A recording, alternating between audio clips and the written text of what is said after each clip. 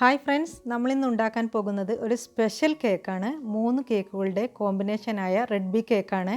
അതുകൊണ്ട് തന്നെ നല്ലൊരു കിടിലൻ ടേസ്റ്റാണ് ഇതിന് നമ്മൾ ഓവൻ ഉപയോഗിക്കുന്നില്ല. സാധാരണ പാനിൽ തന്നെയാണ് ഉണ്ടാക്കുന്നത്. ആർക്കും എളുപ്പത്തിൽ ഉണ്ടാക്കാൻ പറ്റുന്ന അസാധ്യ ടേസ്റ്റുള്ള ഒരു കേക്കാണിത്. ഇനി ഒട്ടും സമയം കളയാതെ ഈ അടിപൊളി കേക്ക് ഉണ്ടാക്കുന്നതെന്ന് നമുക്ക് കണ്ടു നോക്കിയാലോ. ആദ്യം ഒരു ബൗൾ എടുത്ത് അതിൻ്റെ മുകളിൽ ഞാൻ ഒരു അരിപ്പ വെച്ച് കൊടുത്തിട്ടുണ്ട്. അതിലേക്ക് ഞാൻ ഒരു കപ്പ് മൈദ ഇട്ട് കൊടുക്കുന്നുണ്ട്. അതിൽ തന്നെ ഒരു ടീസ്പൂൺ ബേക്കിംഗ് പൗഡറും അതിൻ്റെ കൂടെ ചേർക്കുന്നുണ്ട്. പിന്നീട് 1/4 ടീസ്പൂൺ ബേക്കിംഗ് സോഡയും ചേർക്കുന്നുണ്ട്. ഇതേ അളവിൽ തന്നെ 1/4 ടീസ്പൂൺ ഉപ്പും കൂടി ചേർക്കുന്നുണ്ട്. ഇത് മൂന്നും നന്നായി നമ്മളൊന്ന് അരിച്ചെടുക്കുന്നുണ്ട്. വിസ്ക് ഉപയോഗിച്ചാണ് ഞാൻ ഇത് അരിച്ചെടുക്കുന്നത്. ഇങ്ങനെ അരിച്ചെടുത്ത മൈദ സോഫ്റ്റായി കിട്ടിയിട്ടുണ്ട്. വേറൊരു ബൗളെടുത്ത് അതിൽ ഞാൻ 3 മുട്ട പൊട്ടിച്ചൊഴിക്കുന്നുണ്ട്. റൂം ടെമ്പറേച്ചറിലുള്ള മുട്ടയാണ് ഉപയോഗിക്കാൻ നല്ലത്. ഇതിൽ നമ്മൾ ഒരു ടീസ്പൂൺ വെനില എസൻസ് കൂടി ചേർക്കുന്നുണ്ട്. അതിനുശേഷം ഞാനിതൊന്ന് ബീറ്റ് ചെയ്തെടുക്കുന്നുണ്ട്. പിന്നീട് 1/4 കപ്പ് പഞ്ചസാര പൊടിച്ചത് ചേർത്ത് ഞാൻ നന്നായി ഒന്ന് ബീറ്റ് ചെയ്തെടുക്കുന്നുണ്ട്. ബീറ്റർ ഉപയോഗിക്കുന്നതാണ് കൂടുതൽ നല്ലത്. മുട്ട നമുക്ക് പെട്ടെന്ന് പതഞ്ഞ് കിട്ടുകയും ചെയ്യും.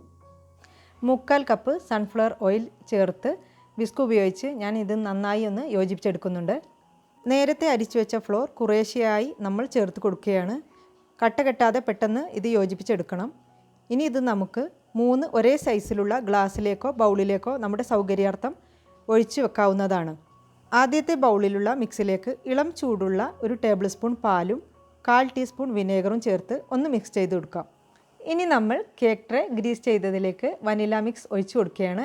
ബട്ടർ പേപ്പർ വെച്ച് കൊടുക്കുകയാണ് നല്ലത്. അതാവുമ്പോൾ പെട്ടെന്ന് കേക്ക് ഇളക്കിയെടുക്കാൻ പറ്റും. ബട്ടർ പേപ്പർ സൈഡിലും താഴെയും നമുക്ക് വെച്ച് കൊടുക്കാം. 3 കേക്ക് ചെയ്യുന്നത് കൊണ്ട് കേക്ക് ടിൻ പെട്ടെന്ന് വൃത്തിയാക്കി എടുക്കാൻ ഇതുകൊണ്ട് കഴിയും. ഇനി ഇത് നമുക്ക് 2-3 തവണ ഒന്ന് ടാപ്പ് ചെയ്ത് കൊടുക്കാം.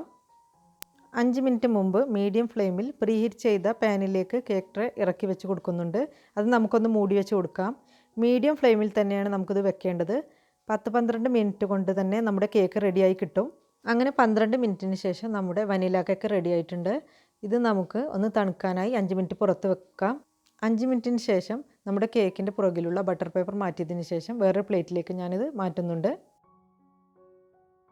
രണ്ടാമത്തെ ബൗളിലേക്ക് ഇളം ചൂടുള്ള ഒരു ടേബിൾ സ്പൂൺ പാലൊഴിച്ച് കൊടുക്കുന്നുണ്ട്. ഇതിൻ്റെ കൂടെ തന്നെ 3 തുള്ളി റെഡ് ഫുഡ് കളർ കൂടി ഞാൻ ചേർത്ത് കൊടുക്കുന്നുണ്ട്. ഇത് നന്നായി ഒന്ന് ഇളക്കിയതിന് ശേഷം 1/4 ടീസ്പൂൺ വിനാഗിരിയും കൂടി ചേർത്ത് ഒന്ന് നന്നായി മിക്സ് ചെയ്തെടുക്കുന്നുണ്ട്. ഈ മിക്സ് നമുക്ക് നേരത്തെ ബട്ടർ പേപ്പർ വെച്ച് റെഡിയാക്കി എടുത്ത കേക്ക് ട്രേയിലേക്ക് ഒഴിച്ച് കൊടുക്കാം. ഇനി ഇത് 1-2 പ്രാവശ്യം ടാപ്പ് ചെയ്തതിന് ശേഷം നേരത്തെ പ്രീഹീറ്റ് ചെയ്ത പാനിലേക്ക് ഇറക്കി വെച്ച് കൊടുക്കാം. അങ്ങനെ 12 മിനിറ്റിന് ശേഷം നമ്മുടെ റെഡ് വെൽവെറ്റ് കേക്ക് റെഡിയാക്കി എടുത്തിട്ടുണ്ട്.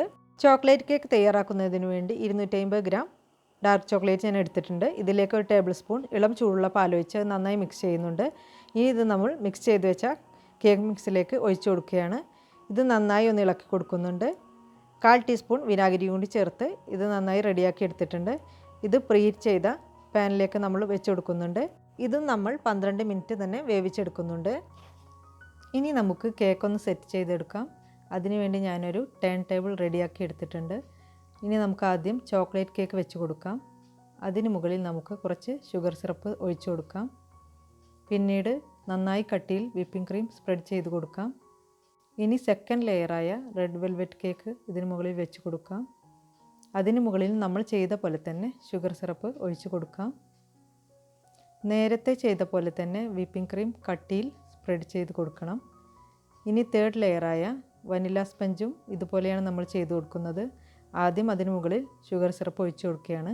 പിന്നീട് നമുക്ക് വിപ്പിംഗ് ക്രീം മുകളിലും സൈഡിലും നന്നായി സ്പ്രെഡ് ചെയ്ത് കൊടുക്കുന്നുണ്ട്. വിപ്പിംഗ് ക്രീം നന്നായി ഫിനിഷിങ്ങിൽ ചെയ്യണമെന്നൊന്നുമില്ല. കാരണം ഇതിന് മുകളിൽ നമ്മൾ ഗനാഷ് ഒഴിക്കാനുള്ളതാണ്. എങ്കിലും നമ്മളെക്കൊണ്ട് കഴിയുന്ന അത്ര നീറ്റാക്കി എടുക്കാൻ നോക്കുക. ഇനി നമുക്ക് കേക്കിന് മുകളിൽ ഒഴിക്കാനുള്ള ഗനാഷ് തയ്യാറാക്കുന്നത് എങ്ങനെയെന്ന് നോക്കാം. ഇതിനു വേണ്ടി അമുലിൻ്റെ ഫ്രഷ് ക്രീമാണ് ഞാൻ എടുത്തിട്ടുള്ളത്. വിപ്പിംഗ് ക്രീമിലും ഇത് ചെയ്തെടുക്കാവുന്നതാണ്.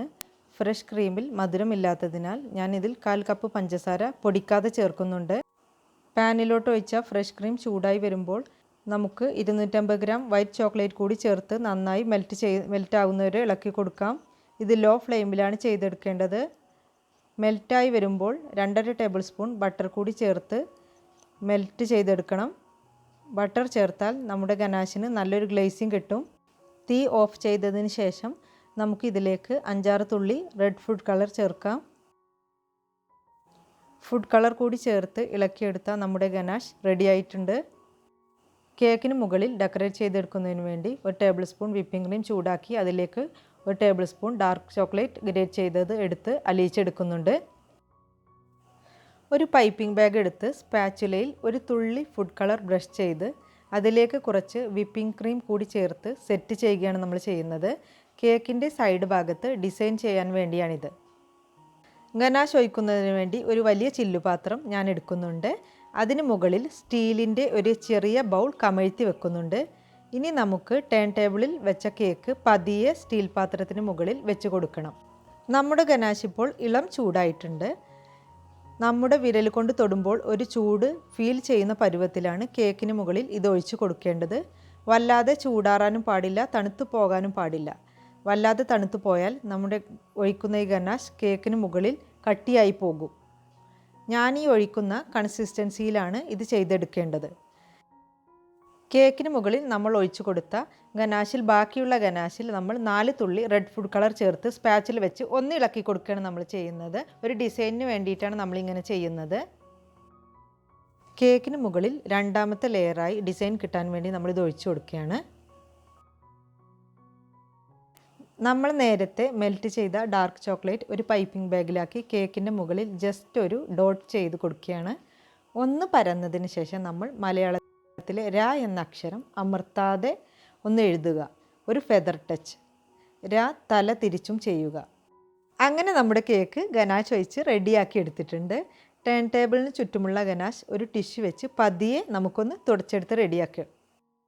തുടച്ചെടുത്ത് റെഡിയാക്കിയതിന് ശേഷം നമ്മൾ നേരത്തെ മാറ്റിവെച്ച വിപ്പിംഗ് ക്രീം കൊണ്ട് നമ്മൾ ഒരു ഡിസൈൻ ചെയ്യുകയാണ്. കേക്കിൻ്റെ സൈഡിലാണ് നമ്മളിത് ചെയ്തെടുക്കുന്നത്. ഇഷ്ടമുള്ള ആകൃതിയിൽ നിങ്ങൾക്ക് ഡിസൈൻ ചെയ്തെടുക്കാവുന്നതാണ്. ഈ കേക്ക് ഒരു ദിവസം ഫ്രിഡ്ജിൽ വെച്ച് സെറ്റായിട്ട് കഴിക്കുന്നതാകും ടേസ്റ്റ്. ഞാൻ ഈ കേക്ക് ഇന്ന് എടുക്കുന്നില്ല, നാളെ എടുക്കുകയുള്ളൂ. അടുത്ത ദിവസം ഞാൻ ഈ കേക്ക് എടുത്തിട്ടുണ്ട്. വെള്ളമില്ലാത്ത നൈഫ് ഉപയോഗിച്ചിട്ട് വേണം ഇത് കട്ട് ചെയ്തെടുക്കാൻ. കട്ട് ചെയ്യുമ്പോൾ തന്നെ 3 ഡിഫറെൻറ്റ് ഫ്ലേവറോട് കൂടിയ 3 ലെയറായി നല്ല അസലായിട്ടാണ് ഇത് കാണുന്നത്. ഇതിന് മുകളിൽ വെച്ച ഗനാഷാണ് ഈ കേക്കിന് ഒരു പ്രത്യേക ടേസ്റ്റ് കൊടുക്കുന്നത്. നിങ്ങളെല്ലാവരും ഈ റെഡ് ബി കേക്ക് തീർച്ചയായും ട്രൈ ചെയ്യണം. അപ്പോൾ നമ്മുടെ റെഡ് ബി കേക്കിൻ്റെ വീഡിയോ നിങ്ങൾക്ക് ഇഷ്ടമായെങ്കിൽ ലൈക്ക് ചെയ്യാനും ഷെയർ ചെയ്യാനും സബ്സ്ക്രൈബ് ചെയ്യാനും മറക്കരുത്. സബ്സ്ക്രൈബ് ചെയ്തതിന് ശേഷം അടുത്തുള്ള കുഞ്ഞു ബെല്ലൈക്കൺ കൂടി പ്രസ് ചെയ്താൽ ഞാൻ ഇടുന്ന വീഡിയോസിൻ്റെ നോട്ടിഫിക്കേഷൻസ് നിങ്ങൾക്ക് കിട്ടുകയുള്ളൂ. ഇനി അടുത്ത വീഡിയോയുമായി കാണുന്നതുവരെ എല്ലാവർക്കും ബൈ.